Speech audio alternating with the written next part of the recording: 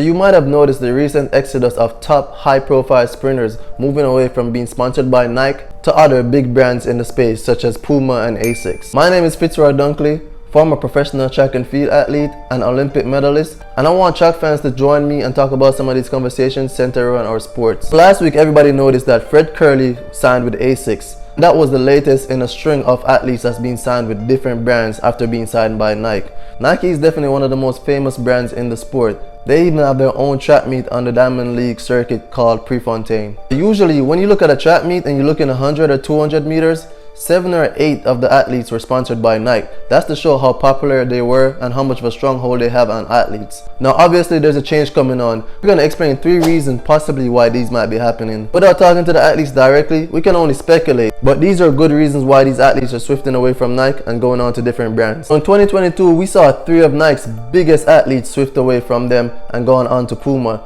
Firstly, it started off with Olympic champion Elaine Thompson-Herah. Then it was Omar McLeod from Jamaica. They both signed with Puma, and then later on in the year, Puma was able to sign Marcel Jacobs. It was no surprise now Fred Kerly has signed with the Asics. Now Asics has been kind of quiet in signing athletes. This could be a sign that they're stepping back into the track and field space and looking to sign more athletes. Let's discuss these 3 reasons why athletes might be swifting away from Nike. The first reason, I'd speculate that it's purely just money.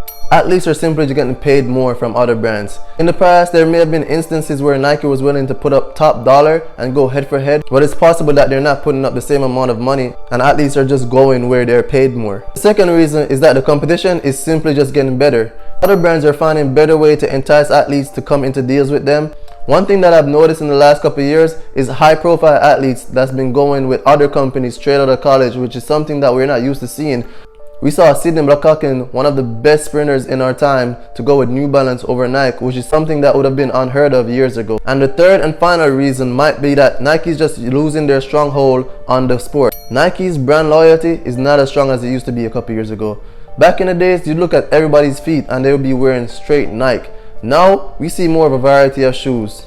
Puma has been making great investments, and now that we've seen that New Balance has been signing a lot more sprinters, they have Trayvon Bromell, Sidney Blackhawken, Kendall Ellis, and Vernon Norwood. Other shoe brands are seeing the success that they have, and they might just be coming into this realm.